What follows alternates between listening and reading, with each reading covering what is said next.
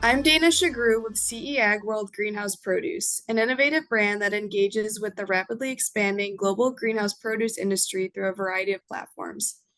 Our mission is to educate and connect greenhouse produce growers and industry allies to help them better understand and sustainably advance the global food industry. On this episode of CEAg Talks, I'll be speaking with Gary Wozniak, CEO and president of Recovery Park, an urban farming nonprofit in Detroit, Michigan. Gary, welcome to CEAg Talks. Well, thank you for having me, Dana. Glad to be here. We're excited to have you. So to begin, can you please give our viewers a bit of background about Recovery Park and how it got started? So Recovery Park got started as a vision to create jobs for people coming out of prisons and drug treatment programs. I was doing some consulting work with a large nonprofit in the city of Detroit that did substance abuse recovery, Share House. And during the course of my work, we decided that people that were coming out of drug treatment programs and prisons had a much tougher time finding and sustaining jobs. And we wanted to give people an opportunity to not only learn basic skill sets and soft skills for applying for jobs, but also have jobs that they could, grow their skill sets in over time. And I threw out the idea of doing urban agriculture because we can break the pieces down into, small manageable bites. We can teach people how to grow over a 3 to 6 month period to learn most of the skills that they would need to work on most farms in the United States. And then by our ownership of the business model, we guaranteed that if the people had real challenges, that we wouldn't fire them like a normal employer would because they don't know how to deal with them. And part of this grew out of my passion. So I'm a recovering addict. I've been in recovery since 1987. And I spent 3.5 years in federal prison because of my addiction. So when I came out in 1991, nobody would hire me because I'd been in prison. So I went and I started my own businesses, and most of them have been in the food space. Thank you for sharing that. And your company has a great goal and initiative. And as we know, labor is a pressing topic in the CEA space. And it sounds like you source employees in a different yet sort of creative way. Can you elaborate more on how you do that? So we normally, when we have job openings, we normally post with the substance abuse treatment programs in and around Metro Detroit, and also connect directly into the prison system here in Michigan to find out who's being released and who has farming skills, because there's 6 of our prisons that actually teach agriculture and some limited controlled agriculture, mostly in high tunnels or hoop houses.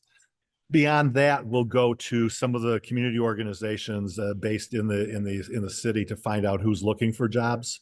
But generally, for every applicant or for every job that we have to fill, we generally get between 5 and 8 applications. So it's not a matter of do we not have the resources. The interesting thing, and one of the reasons that we wanted to put this project in the city, is that we want to do commercial scale farming. So building acres and acres and acres of indoor hydroponic agriculture to service, contracts with Myers or Aldi's or Whole Foods, because the bodies are there and the land is available for us to build. And so by building the commercial agriculture in the city and us tapping into the places where they have bodies and they need to get those bodies into jobs, we feel that that's a good economic model. And I know before that you've mentioned that farmers in the urban space have started sharing more and learning from one another in recent years. Can you explain how?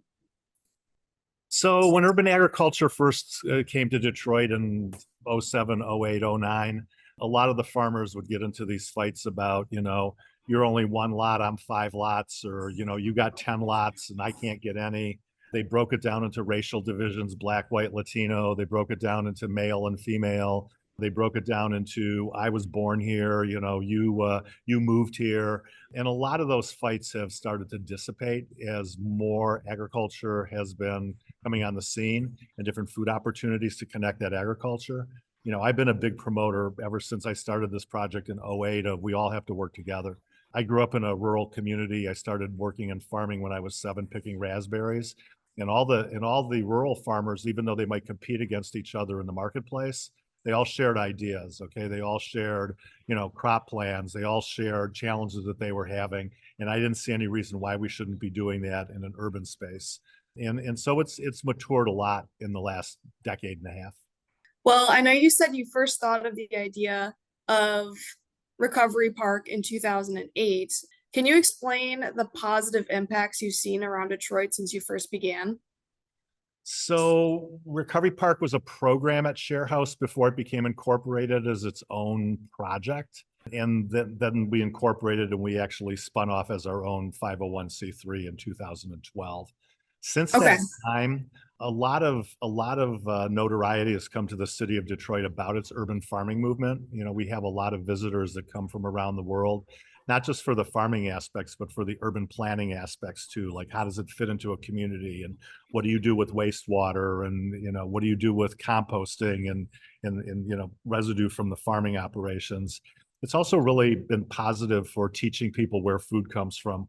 I remember doing a lecture, I want to say in 2010, 2011 at a school, and some of the kids actually thought that potatoes came from McDonald's. You know, I'm joking a little bit, but it's like they really didn't realize that potatoes grow in the ground, you know, how they're harvested, what they look like. And these were young kids, so I wouldn't expect them to be in a kitchen. But it's really reconnected people with where our food comes from, what it takes to put our food on the table, and then starting the dialogue about how far our food actually travels to get to our plate if we buy it at a grocery store, which is an average of 1,200 miles, and how old that food is when it sits on our plate. And that's generally 4 to 6 weeks old by the time it gets to the grocery store shelf.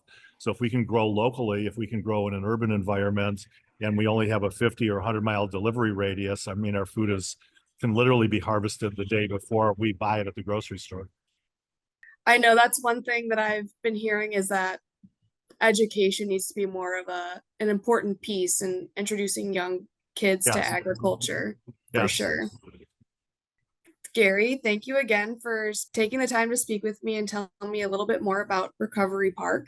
And I'm sure we'll talk again soon. And we look forward to seeing you at the CEAg World Conference and Expo. Well, I'm looking forward to it. I'm looking to speaking and looking to make a whole bunch of new contacts. Thanks, Dana.